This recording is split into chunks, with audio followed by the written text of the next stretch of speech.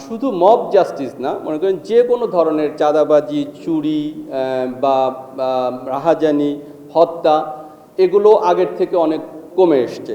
আমি যদি আপনাদেরকে একটা স্ট্যাটিস্টিক্স জানাই, যেমন চাঁদাবাজি পূর্বে এটা 250 ছিল, বর্তমানে 110 হয়েছে।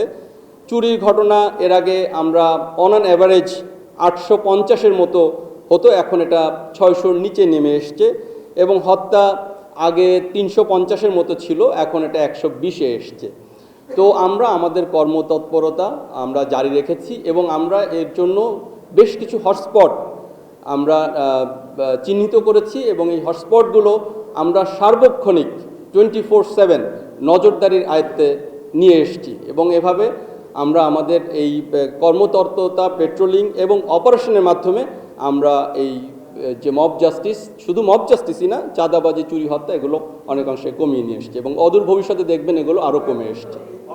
বিগত 50 দিনে অভিযানে 334 জন মাদক ব্যবসায়ী এবং মাদকের সাথে সংশ্লিষ্ট ব্যক্তিকে গ্রেপ্তার করা হয়েছে এবং উল্লেখযোগ্য পরিমাণ অবৈধ মাদকদ্রব্য যেমন ইয়াবা, ফেন্সিডিল সহ বিভিন্ন মাদকদ্রব্য উদ্ধার করা হয়েছে।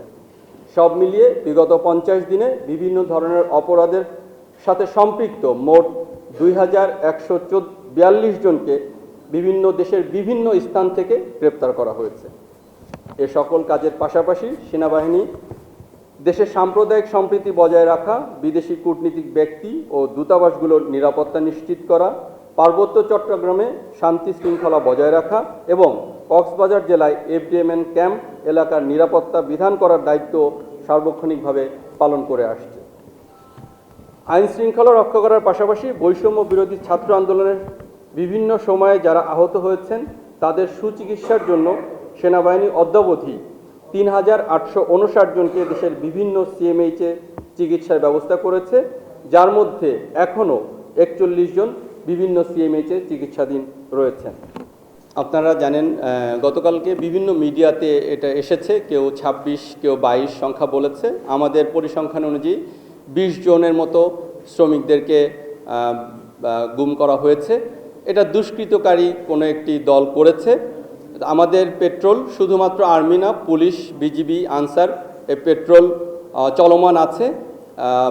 এখন পর্যন্ত যারা এই অপহরণ করেছে তারা একটি নাম্বার দিয়ে তাদেরকে যে কিছু র্যানসাম বা টাকা চেয়েছে, বাট আমাদের পেট্রোল চলমান আছে।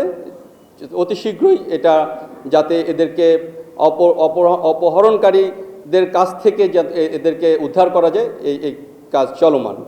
আপনার প্রশ্নের যে দ্বিতীয় অংশ ছিল যে কুকি চিন আমাদের যে তাদের দৌরাত্ম্য আমাদের পার্বত্য চট্টগ্রামে রয়েছে, বাট আমি আপনাদেরকে আশ্বস্ত করতে চাই যে আমাদের সেনাবাহিনীর যে পেট্রোলিং এবং আমাদের যে ডমিনেশন এর মাধ্যমে আমরা তাদের অনেক জায়গায় তাদের সেই দৌরাত্ম্যকে আমরা অবরোধ করতে পেরেছি এবং আপনারা জেনে আনন্দিত হবেন যে আমরা গতকালকেও 2টি ক্যাম্প, কুকি চিনের 2টি ক্যাম্প আমরা ধ্বংস করেছি। তাদের যে আস্তানা বা তাদের যে ওয়াটার পয়েন্ট এগুলো ধ্বংস করেছি এবং কিছুদিন আগে আপনারা দেখেছেন যে 11টি বম পরিবারের 81 জন যারা কুকি চিনের অত্যাচারে তাদের এলাকা ছেড়ে চলে গিয়েছিল, তারা পুনরায় তাদের জায়গা আবার এসেছে।